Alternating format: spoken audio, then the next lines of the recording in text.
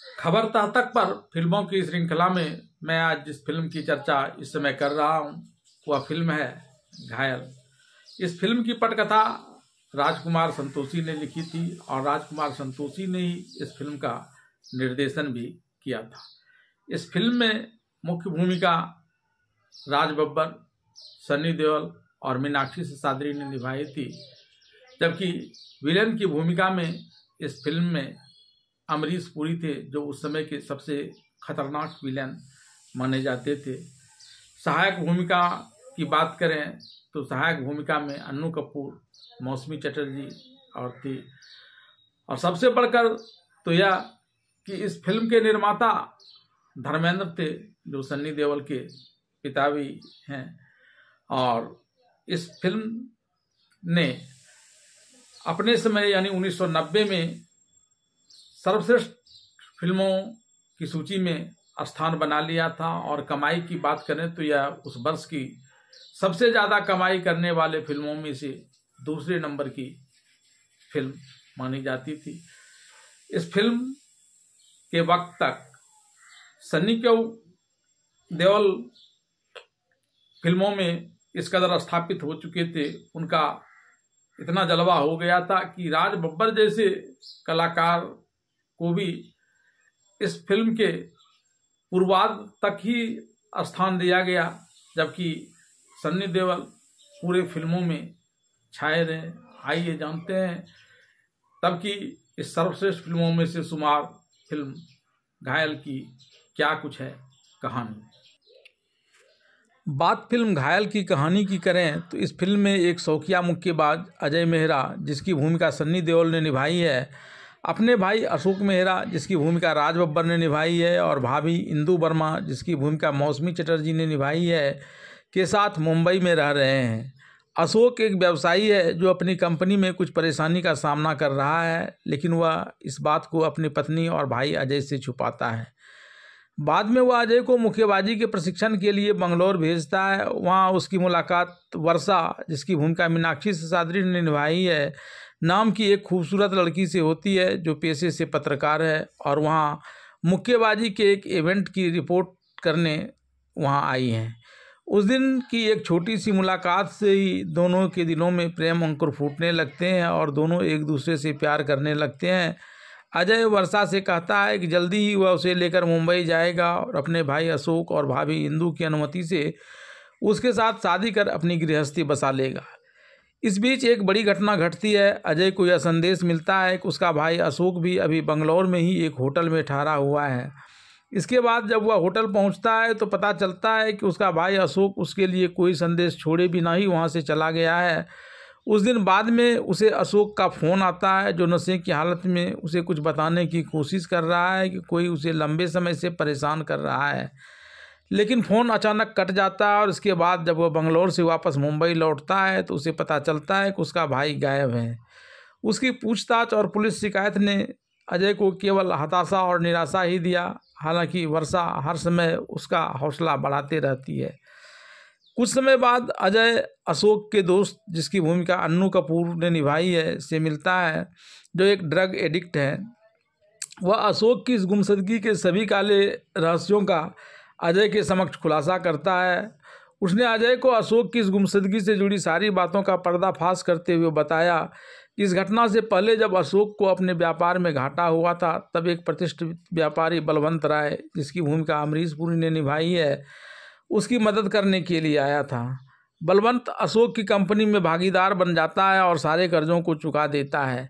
यह व्यवस्था दरअसल बलवंत की अवैध गतिविधियों को छिपाने के लिए एक आवरण है। बलवंत अपने अवैध व्यापार को छिपाने के लिए नियमित रूप से ईमानदार लोगों को फंसाता है। अजय का भाई अशोक भी बलवंत के निर्दोष पीड़ितों में से एक है।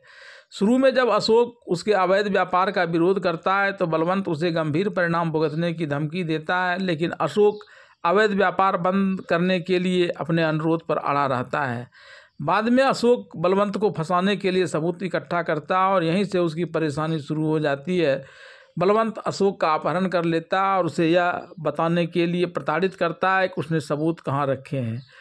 किसी तरह बलवंत के गुर्गों को अशोक के इस अपराध सिद्ध सबूत के बारे में पता चल जाता है और बलवंत तुरंत उन सबूतों को अपने कब्जे में लेकर अशोक को मार देता है।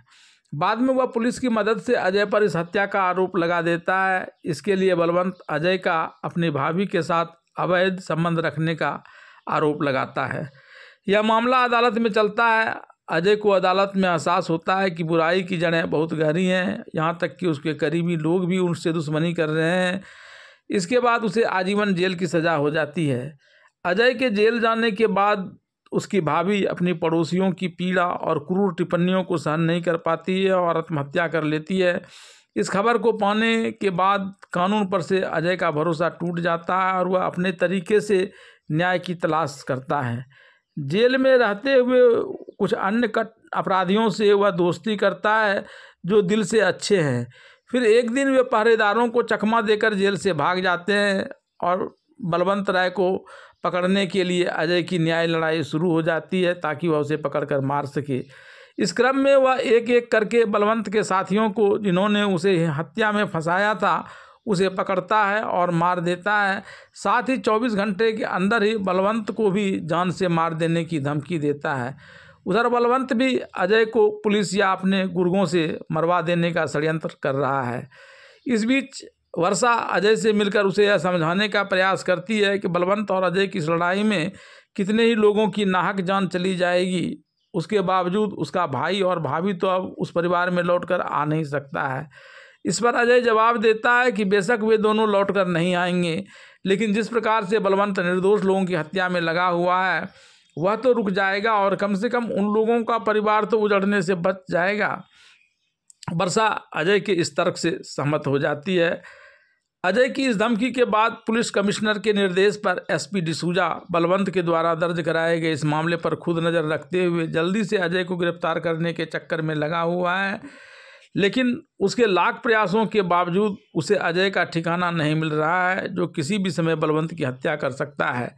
हालांकि डिसूजा भी अजय के प्रति थोड़ा सहानुभूति रखता है, लेकिन उसका विश्वास है कि वह न्याय के समक्ष उसे गिरफ्तार कर उसे न्याय दिलाएगा और फिर इस प्रकार से वह बलवंत पर कार्रवाई करेगा। ऐसे में डिसूजा एक ट्रिक का सहायता लेता है। जब उसे अजय का पता नहीं चल पा रहा है और 24 घंटे की अवधि धीरे धीरे समाप्त होने पर आ रही है, तो वह एक गलत संदेश वर्षा तक पहुंचवा देता है कि जिस गाड़ी में अजय कहीं जा रहा था वह गाड़ी दुर्घटनाग्रस्त हो गई और उसके साथ ही अजय भी उस दुर्घटना में मृत पाया गया है। साथ ही डिसूजा पुलिस को वर्षा के सभी फ़ोन कॉल ट्रैप करने का भी निर्देश देता है। वर्षा के पास जब यह सूचना पहुंचती है तो वह इस बात को जानती है कि अजय बलवंत को मारने के लिए किसी समय कहीं पर जा सकता है। ऐसे में वह इस सूचना की सत्यता की जानकारी के लिए अजय के पास फ़ोन लगाता है जो इस समय पुलिस कमिश्नर के घर पर है, क्योंकि बलवंत की हत्या को अंजाम देने के लिए अजय ने पुलिस कमिश्नर को उसके ही घर में नज़रबंद कर दिया है ताकि वह पुलिस की हर एक गतिविधि पर नज़र रख सके और मौका पाते ही बलवंत की हत्या कर दे। एसपी डिसूजा को जब अजय के पुलिस कमिश्नर के घर में छिपे होने की जानकारी मिलता है तो वह चौंक जाता है और पुलिस को तुरंत ही पुलिस कमिश्नर के घर को चारों तरफ से घेर लेने का आदेश देता है।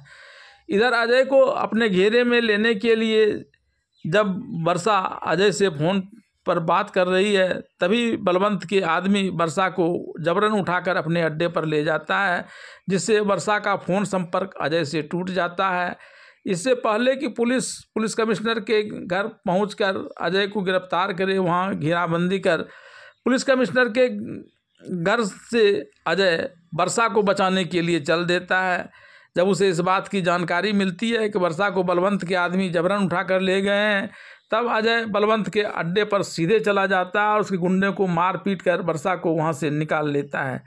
इसके बाद वह बलवंत को मारने के लिए उसका पीछा करते हुए मनोरंजन पार्क में ले जाता है।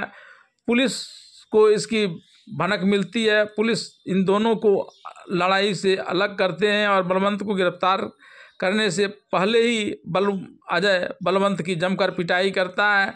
इस बीच वर्षा वहां आकर अजय को एक गुप्त रूप से बंदूक थमा देती है और अजय अपना जो उसकी न्याय की पद्धति जिसके बारे में वह अपना न्याय कहता है उस तरीके से लोगों और पुलिस के सामने ही बलवंत को घातक रूप से गोली मार देता है, जो कि सारे षड्यंत्रों का मूक गवाह है। और इसके बाद बलवंत की मृत्यु हो जाती है और अजय की गिरफ्तारी और वर्षा का यह कहने के साथ कि वह उसके जेल से आने का इंतज़ार करेगी, इस फिल्म का समापन हो जाता है।